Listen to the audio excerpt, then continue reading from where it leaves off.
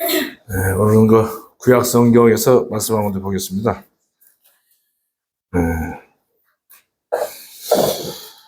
구약 성경 레위기에서 한번 보겠습니다. 레위기 16장. 구약 성경 레위기 16장 7절, 8절, 2절 말씀을 제가 봉독에 올리겠습니다. 레위기 16장 7절입니다.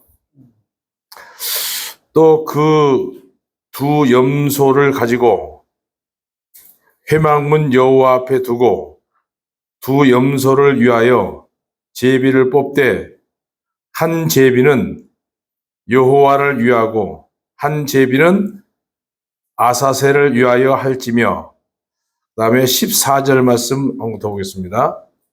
14절. 그는 또 수송아지의 피를 가져다가 손가락으로 속죄소 동쪽에 뿌리고 또 손가락으로 그 피를 속죄소 앞에 7번 뿌릴 것이며, 그 다음에 넘어가서 21절을 한번 더 볼게요. 21절.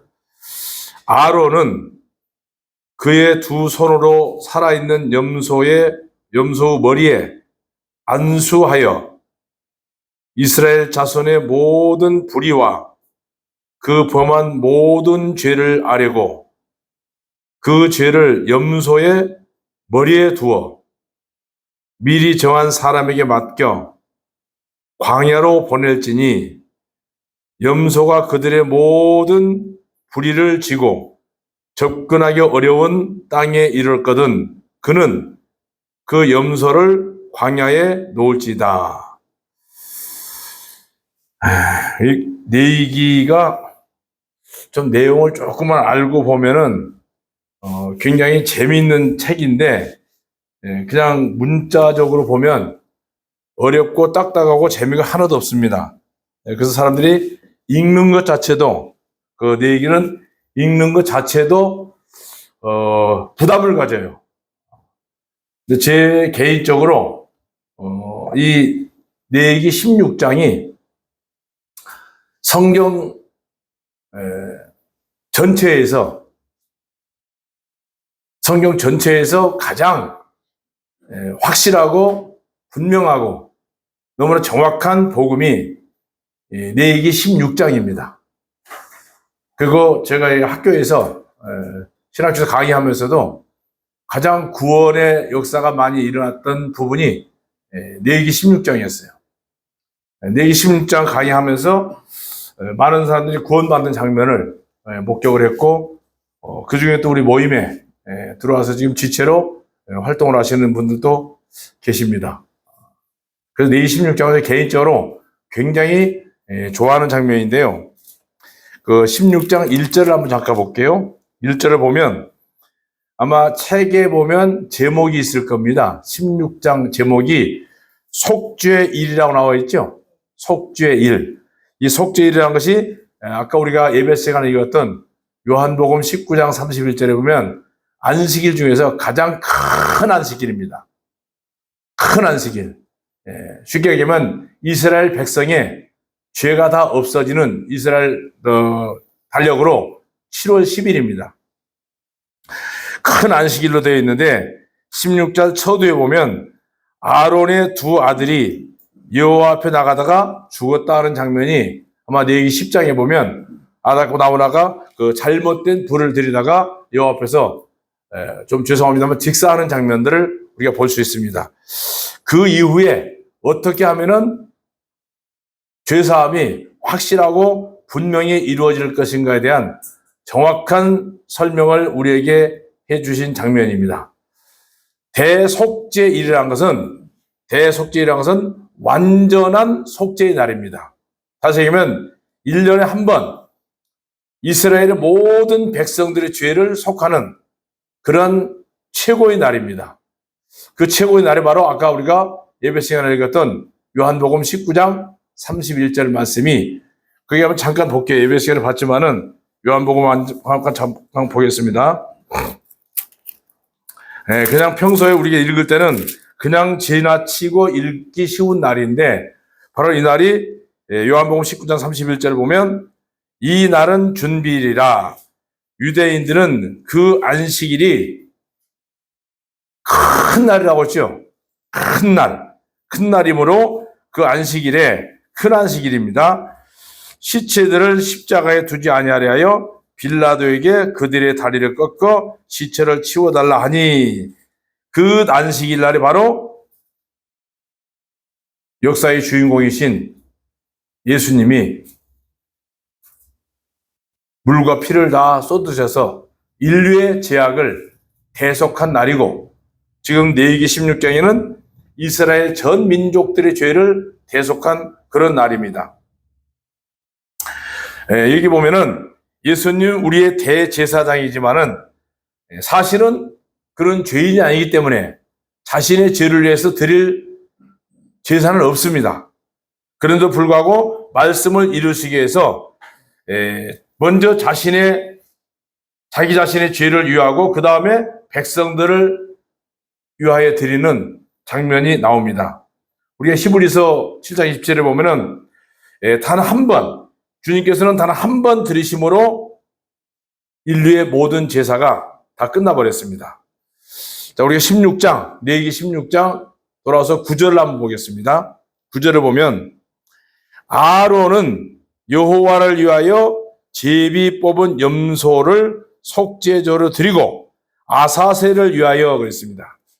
자, 예수님은 사실상 우리의 영원한 대제사장이시고 그리고 예수님 죄를 알지 못하기 때문에 그분 자신은 자신의 죄를 위해서 드릴 제사가 사실은 필요가 없었어요.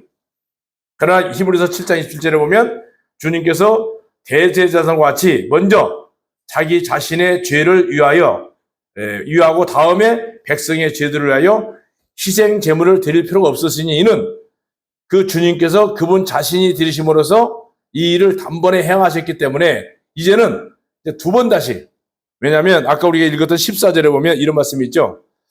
레위기 16장 14절을 보면은 한번 아까 읽었던 데 장면 다시 볼게요. 그는 또 수송아지의 피를 가져다가 손가락으로 속죄소 동편에 뿌리고 또 손가락으로 그 피를 속죄소 앞에 7번 뿌릴 것이며 그랬습니다. 7번 뿌릴 것이며 그 다음 19절에도 보면 또 손가락으로 그 피를 그 위에 7번 뿌린다는 말이 계속 강조되고 있습니다. 그래서 저 여러분 잘 아다시피 7이라는 숫자는 완전한 숫자입니다. 완전한 숫자이기 때문에 아론이 먼저 자신의 죄부터 처리해야 백성의 죄를 위한 희생을 드릴 수가 있었고 다음으로 두 염소 중에 한 마리는 먼저 죽입니다. 자, 11절 보면 아론은 자기를 위한 속죄조 수송아지를 드리되 자기의 집안을 위하여 속죄하고 자기를 위한 그 속죄제의 수송아지를 잡고 향로를 가져다가 여호와 앞 제단 위에 피운 불에 그것을 채우고 또 곱게 간 향기로운 향을 두 손에 채워가지고 휘장 안에 들어가서 여호와 앞에서 분향하고 향연으로 증거의 위 속죄소를 가리게 할지니 그리하면 그가 죽지 아니한다. 이 말은 이 제사법이 좀 어려워요. 어렵고 까다롭고 그 말이 그 말 같고 그 말이 그 말 같고 하는데 좀 유심히 잘 보면 여기 이제 16장에서 기억할 것은 두 가지만 기억하시면 됩니다. 염소가 두 마리죠. 두 마리인데 한 마리는 죽고 한 마리는 안 죽습니다. 왜냐면 그리고 여기 이제 중요한 것은 14절과 19절에 보면 7번 피를 뿌렸다는 내용이 나옵니다. 법궤 위에 7번, 법궤 앞에 7번 뿌렸다. 이 말은 7이라는 숫자는 완전한 속죄를 상징을 합니다. 1이라는 숫자는 유일신이잖아요. 유일이고 2는 뭡니까? 증인의 수입니다. 3은 하늘의 숫자입니다. 4는 땅의 숫자입니다. 5는 새로운 숫자입니다. 6은 반항의 숫자입니다. 7은 완벽한 숫자입니다. 하늘과 땅을 합한 숫자가 7입니다. 그래서 7번 법궤 위에 피를 뿌렸다는 말은 이 속죄는 완전한 속죄입니다. 사실 지난번에 우리 유형님께서 말씀하셨지만 1년에 한 번이지만 그 한 번 드려지는 제사가 이스라엘 민족들의 1년 동안에 지은 죄를 몽땅 완벽하게 씻어버린 그런 날입니다. 이 날이 바로 주님께서 오셔서 우리 인류의 죄악을 완벽하게 씻어버리는 그런 날입니다. 근데 여기에 두 마리 염소가 필요했습니다. 왜? 완전한 속죄의 비밀이 이 두 마리에 있습니다. 한 마리는 뭡니까? 한 마리는 좌측에 보면 여호와를 위한 염소라고 그랬습니다. 여기 보면 이걸 좀 끌게요. 한 마리는 여호와를 위한 염소. 16절 9절에 보면은 아론은 여호와를 위하여 제비 뽑은 염소를 속죄제로 드리고 그랬습니다. 그 다음에 16절을 보면 16장 16절입니다. 곧 이스라엘 자손의 부정과 그들이 범한 모든 죄로 말미암아 지성소를 위하여 속죄하고 그들의 부정한 중에 있는 회막을 위하여 그같이 할 것이요. 자, 한 마리는 희생제물로 죽어지는 모습입니다. 그러나 또 한 마리는 죽지 않고 그 10절에 보면 아사셀이라는 말이 나옵니다. 아사셀. 한번 어려운 말이니까 한번 따라해 봅시다. 아사셀. 아사셀. 예, 잊어먹으면 안 됩니다. 예, 이거 시험 문제 나와요. 예. 아사셀을 위한 염소라고 그랬습니다. 그래서 광야로 보내져서 모든 죄를 짊어지고 사라지는 염소입니다. 산채로 버려집니다. 이 해석은 여러 가지 두 가지로 해석할 수가 있습니다. 첫째 염소는 십자가에 죽은 예수님을 상징할 수 있고, 두 번째 염소는 부활하신 예수님이 이 세상에 떠나가는 모습, 구름 위로 떠나가는 모습 있죠. 사도행전에 보면 영원히 보이지 않는, 아득하게 멀어지고 그 영원히 이 세상에 보이지 않는, 그렇게 설명한 분도 있지만은 복음적으로 보면 이 아사셀 양은 하늘에 적을 두고 계신 예수님이 이 땅에 오셔서, 광야는 어디입니까? 이거 광야는 사자와 늑대들이 양을 잡아먹는 그런 광야입니다. 여기에 버려지는 예수님의 모습으로 볼 수 있습니다. 그래서 아사셀은 버려졌다는 뜻입니다. 그래서 첫 번째 염소는 그러니까 좌측이 이겁니다. 이 염소. 이 염소는 속죄제를 위해서 필요한 제물입니다. 아론은 주의 것으로 제비 뽑힌 그 염소를 가져와서 그것을 속죄제 예물로 드리고 그랬습니다. 이게 무슨 얘기냐면 하나님의 공의는 죄를 지었으면 반드시 죄값은 치러야 됩니다. 그 죄값은 죽음입니다. 근데 중요한 것은 뭐냐면 아무리 많은 죄를 범했어도 사람이 죄 지은 사람이 죽어버리면 그 죄는 어떻게 됩니까? 죄는 사라져버립니다. 속죄는 끝납니다. 사람이 아무리 많은 죄를 범해도 죽는 것은 한 번입니다. 그래서 히브리서 9장 17절에 한 번 죽는 것은 사람에게 정하신 일이요. 그 후에는 심사에서 판단을 하는데, 심사에서 판단하는 게 뭔지 알죠? 법으로 말하면 판사가 판결을 내는 겁니다. 너는 죄가 있는 사람, 없는 사람. 근데 대부분의 세상의 모든 사람들은 죄가 없는 사람은 단 한 명도 없습니다. 다 있습니다. 근데 그 죄가 이제 오늘 말씀해 보면 완전히 사라져버린 건데요. 자, 이 아사셀의 뜻을 한번 잠깐 볼게요. 아사셀 염소는 죄를 치워버립니다. 다시 얘기하면 두 번째 염소는 죽여서는 안 됩니다. 죽는 건 한 번으로 끝났습니다. 자, 이거 보면 히브리어로 에즈 플러스 아젤, 내어 쫓아내다, 죄를 치워버렸다, 아니면 죄를 완전히 제거해버렸다. 그런데 묘한 것은 뭐냐면 분명히 아까 우리가 말씀을 읽었죠. 그 21절에 보면 이런 말씀이 있었죠. 아론이 그 두 손으로 살아있는 염소에 뭐를 했어요? 안수를 했어요. 이 안수라는 게 뭐냐면 머리에 안수할 때 그 모습은 뭐냐면 사람의 죄를 그 짐승에게 머리에 전가시키는 겁니다. 이전하는 거예요. 이게 유월절과 같은 겁니다. 죄는 넘겨받았지만 죽이지는 않습니다. 왜? 한 마리가 이미 염소가 죄를 지고 이미 피를 흘려서 죽었기 때문에 죄를 짊어진 염소는 광야에 놓아놓습니다. 제단에서 희생되는 염소가 있고 그 다음에 죄를 지고 이미 피를 흘려서 죽여버린 염소가 있고 이거는 뭐예요? 예수님이 십자가에서 완벽하게 우리를 위해서 죽어주는 모습입니다. 두 염소에 특별한 역할이 있습니다. 자, 좌측에 보면 광야로 보내지는 염소가 있어요. 자, 여기 보면 죄를 짊어진 채 살아서 보내졌다 그랬습니다. 무슨 얘기입니까? 이스라엘 민족들의 죄를 짊어지고 광야에 버려놓습니다. 버려졌으면 그 버려진 염소는 흔적이 없어요. 왜 그럴까요? 아까 말씀드렸죠? 광야에는 사자와 늑대가 양을 잡아먹습니다. 이 사자와 늑대가 누굽니까? 여기에 종교 지도자들이었습니다. 이 종교 지도자들이 인류의 모든 죄악을 짊어지고 요한복음 1장 29절이라고 하죠? 침례 요한이 말씀했죠. 세상의 모든 죄를 짊어지고 가는 하나님의 어린 양.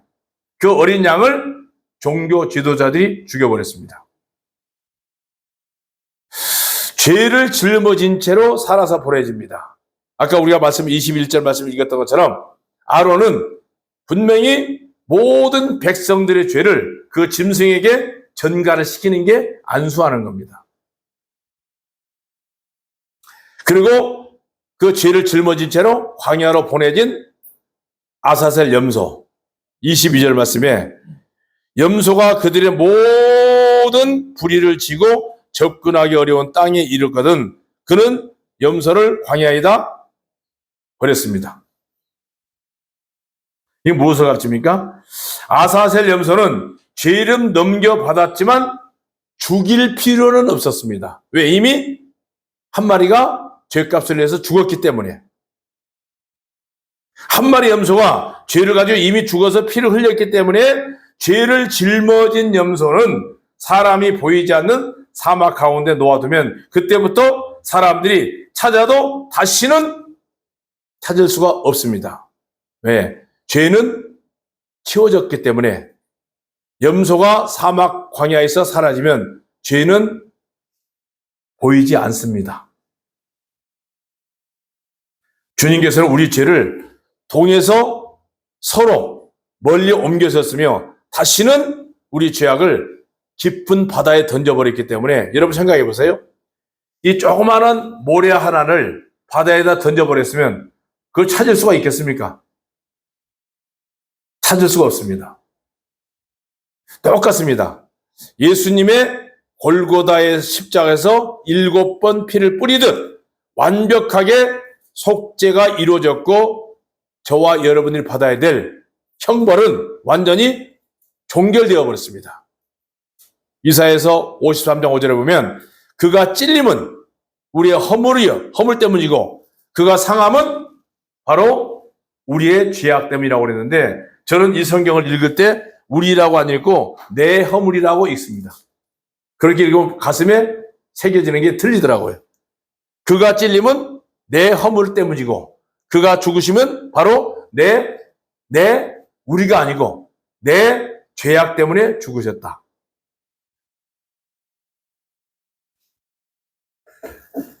그리고 노마서 아까 우리가 예배 시간에 어떤 형님이 읽었는데 예수님께서는 우리의 범죄함 때문에 넘겨주셨고 또한 우리를 의롭다 하시기 위해서 다시 부활하셨고 그래서 예수님의 부활은 죄의 형벌을 끝내버렸고 우리에게 영원한 용서와 새로운 생명을 주시기 위해서 부활하심으로써 죄는 완전히 제거가 되어버렸습니다. 근데 중요한 것은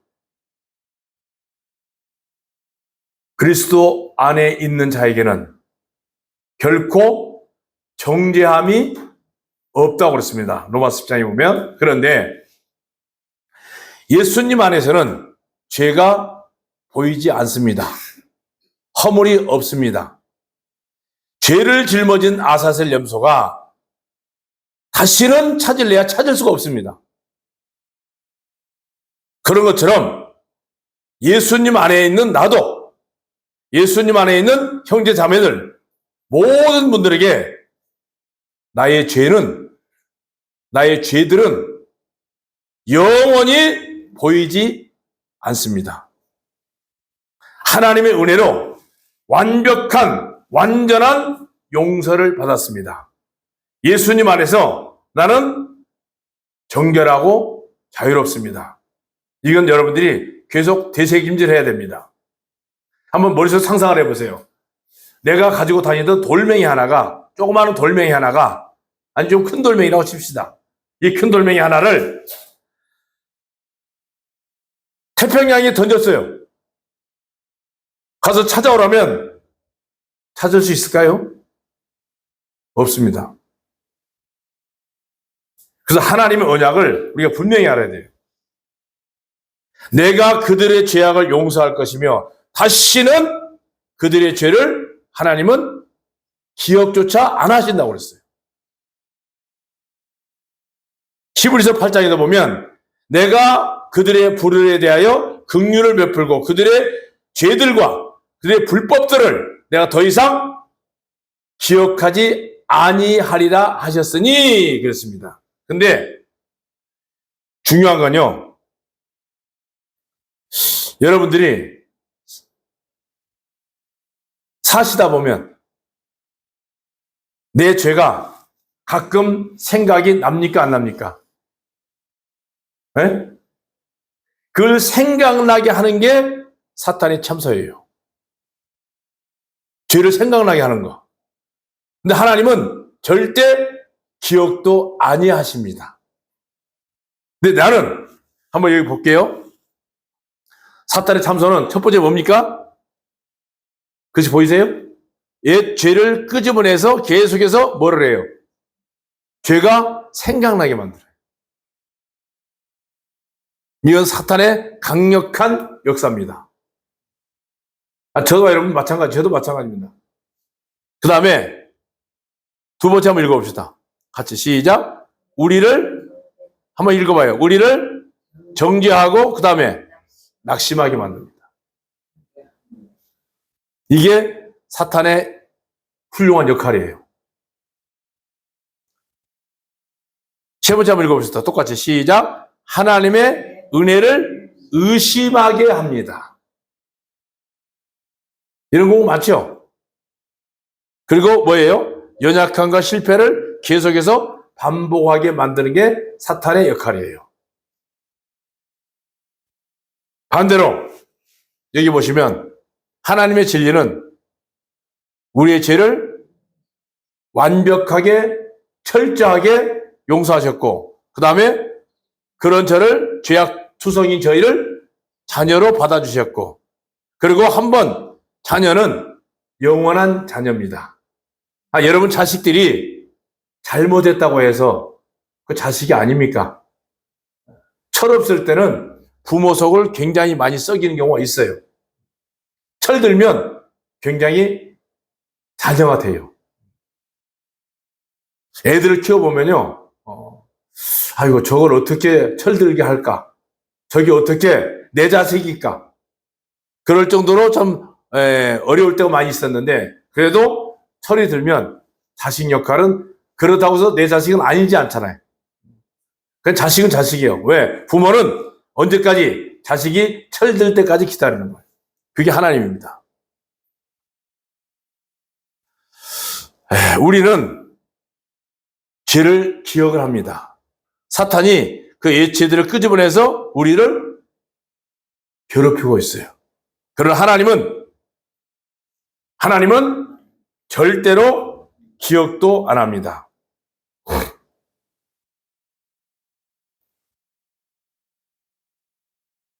아니, 솔직히 여러분 사시다 보니까, 예,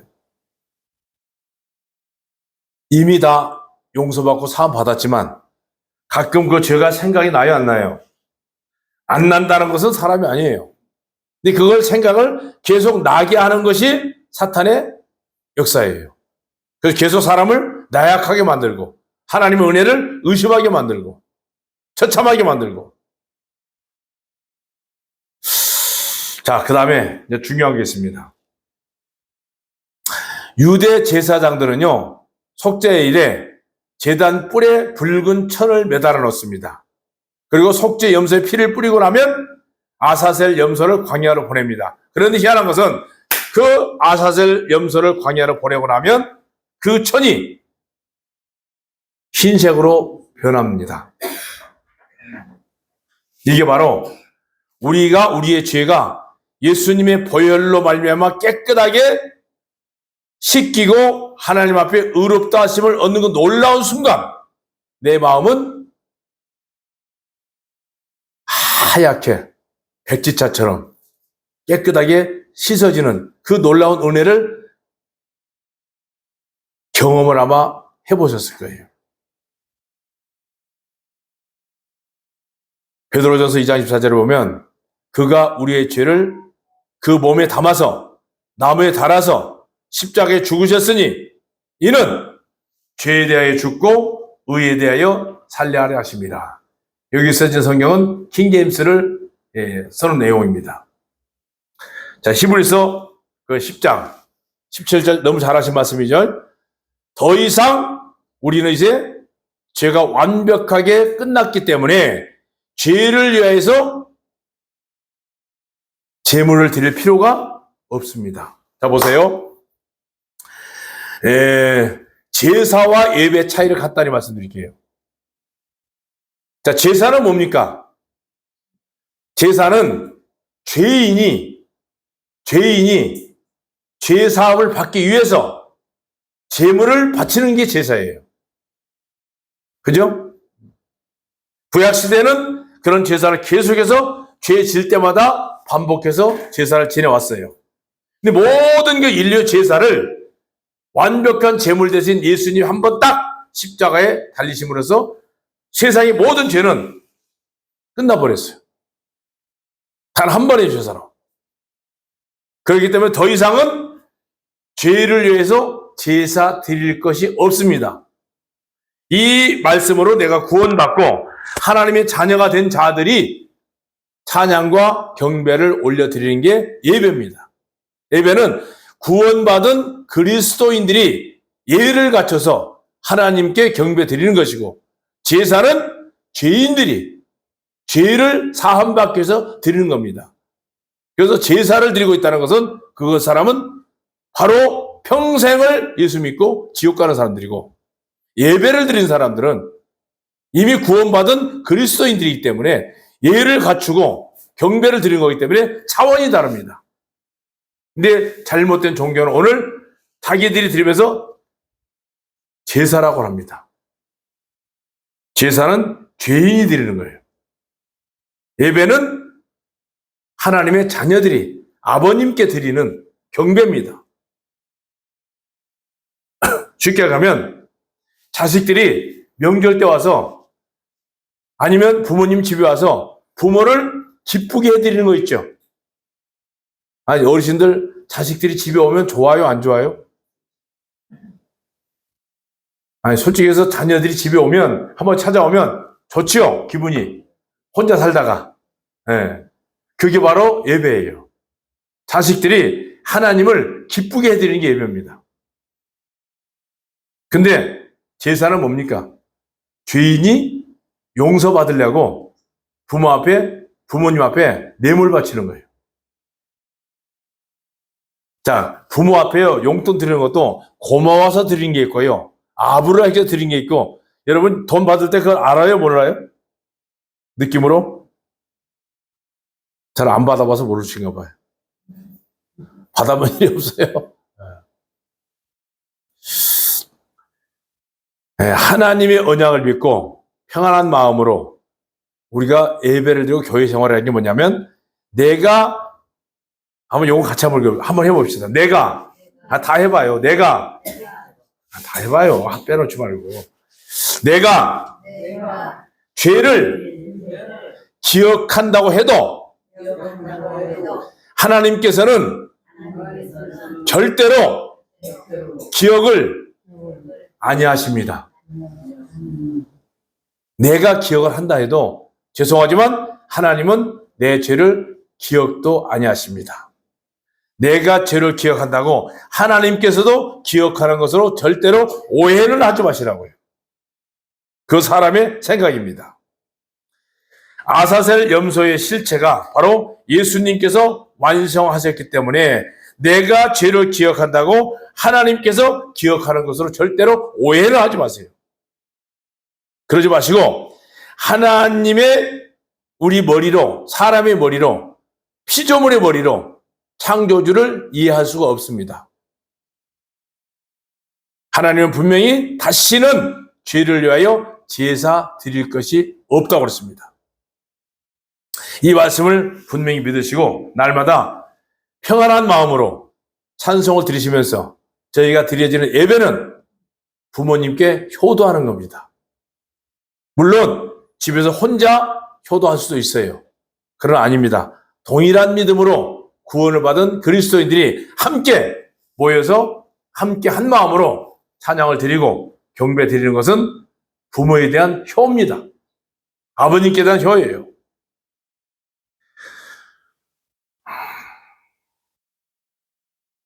자, 다시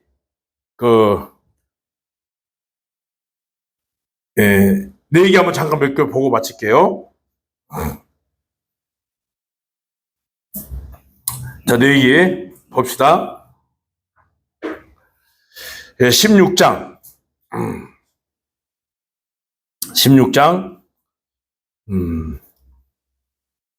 10절을 정확하게 한번 읽어볼게요. 시작. 아사셀을 위하여 제비 뽑은 염소는 어떻게 했어요? 산채로 여호와 앞에 두었다가 그것으로 속죄하고 아사셀을 위하여 광야로 보내지니. 자, 광야로 보내진 이 양은 두 번 다시 찾을 수가 없는 것처럼 우리의 죄는 찾을 수가 없습니다.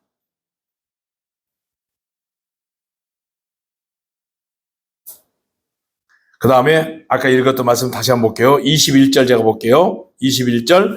아론은 그의 두 손으로 살아있는 염소의 머리에 안수가 뭐라고 그랬어요? 죄를 전가시키는 거예요. 인류의 모든 죄를 짊어지고 이스라엘 자손의 모든 불의와 모든 범한 모든 죄를 아뢰고 그 죄를 어디에 뒀어요? 염소의 머리에 두어 미리 정한 사람에게 맡겨 광야로 보낼지니 염소가 그들의 모든 불의를 지고 접근하기 어려운 땅에 이르거든 그는 그 염소를 광야에 버렸다고 그랬습니다. 놓은 거예요. 그러면 이 광야에 버려진 염소는 다시는 찾을래야 찾을 수가 없는 것처럼 하나님은 저와 여러분들의 죄를 절대로 찾지도 아니하시지만 찾을 수도 없습니다. 그러나 사탄은 계속해서 죄가 생각나게 하고 그 죄 때문에 마음에 고통을 받게 하고 그 죄 때문에 하나님의 은혜를 의심하게 만드는 게 오늘 사탄의 강력한 역사입니다. 자, 29절 한번 볼게요. 레위기 16장 29절. 너희는 영원히 이 규례를 지킬지니 일곱째 날 7월이죠. 7월달 그달 10일에 너희는 스스로 괴롭게 하고 아무 일도 하지 말되 본토인이든 너희 중에 거류한이든 그리하라. 그리고 31절. 이는 너희에게 안식일 중에 안식일이에요.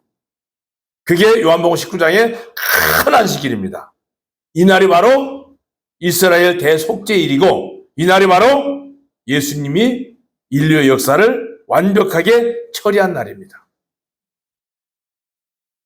영원한 규례입니다.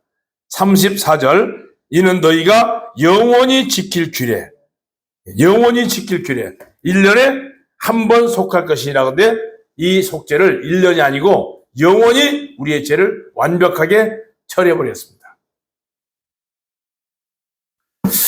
이사야서 43장 한번 찾아볼게요. 구약성경 이사야서 43장 요 한 절만 읽고 마치겠습니다. 이사야서 43장 찾으셨으면 한 목소리로 한번 읽겠습니다. 43장 25절 한번 읽겠습니다. 자, 시작. 나, 곧 나는 누구를 위하여? 나를 위하여 내 허물을 도말하는 자니 내 죄를 기억하지 아니하리라. 여기 보면 나를 위하여 그런 말이 있습니다. 나를 위하여. 누구를 위하여? 하나님을 위해서 우리의 죄를 도말해 주셨대요. 우리의 죄를 도말해 줘요. 도말이 뭔지 아시죠? 예. 이 영화를 이렇게 필름으로 쫙 찍어가지고 잘못된 장면은 칼로, 가위로 잘라내는 걸 도말이라고 합니다. 자, 우리 생애를 보면 우리가 70년, 80년, 90년, 100년 살면 100년 사는 동안에 잘 사는 날이 많겠어요? 못 사는 날이 많겠어요? 우리 일생을 영화처럼 필름으로 쫙 찍어 놓으면 솔직히 해서 하나님 앞에 좀 거짓되고 가증스럽고 더럽고 추한 모습이 훨씬 많을 거예요. 근데 하나님은 그걸 다 잘라버렸어요. 다 잘라버리고 인정을 안 해요. 기억도 안 하고. 그 이유가 있어요. 43장 21절 한번 볼게요. 21절 똑같이 읽읍시다. 그것도 시작. 이 백성이 나를 위하여 지었나니 나를 찬송하게 하려고 죄를 없애하고 도명을 했다. 그 얘기입니다. 43절 25절 말씀을 보시면 바로 21절 말씀을 이어서 읽어보시면 보세요. 은혜가 됩니다. 그래서 찬송가 중에 이런 거 있죠. 너희의 죄 사해 주사 기억 아니 하시네 찬송을 하는데 그 기억 아니 하시네 찬송하면서 우리는 죄를 생각이 나고 기억이 나게 하고 죄로 양심의 가책을 느끼게 만들어요. 그게 오늘의 사탄의 강력한 역사입니다. 그러나 하나님은 나는 나 자신을 위하여서 내 죄악들을 지워버리는 자니 내 죄들을 다시는 기억하지 않겠다. 말씀을 잘 기억하시면서 하나님은 다시는 우리 죄를 기억하지 않는다. 그래서 그리스도 안에 있는 자에게는 결코 정죄함이 없다. 그런데 우리는 나약하게 그 좋지 않은 죄악들을 자꾸 끄집어내고 기억하고 마음이 약해지고 취해지고 그런 모습들을 내 자신이 볼 수가 있습니다만 그거는 하나님께서 원하시는 것은 아닙니다. 하나님은 여러분의 어떠한 죄악도 두 번 다시 묻지도 않고 따지지도 않습니다. 기억하시면서 은혜롭게 날마다 하나님의 은혜만 기억하시면서 사실 수 있는 광야에 버려진 양은 염소는 절대 찾을 수가 없는 것처럼 우리의 죄는 절대 찾을 수가 없습니다. 말씀 기억하시면서 은혜롭게 하루하루 지내시기를 부탁드리겠습니다. 고맙습니다.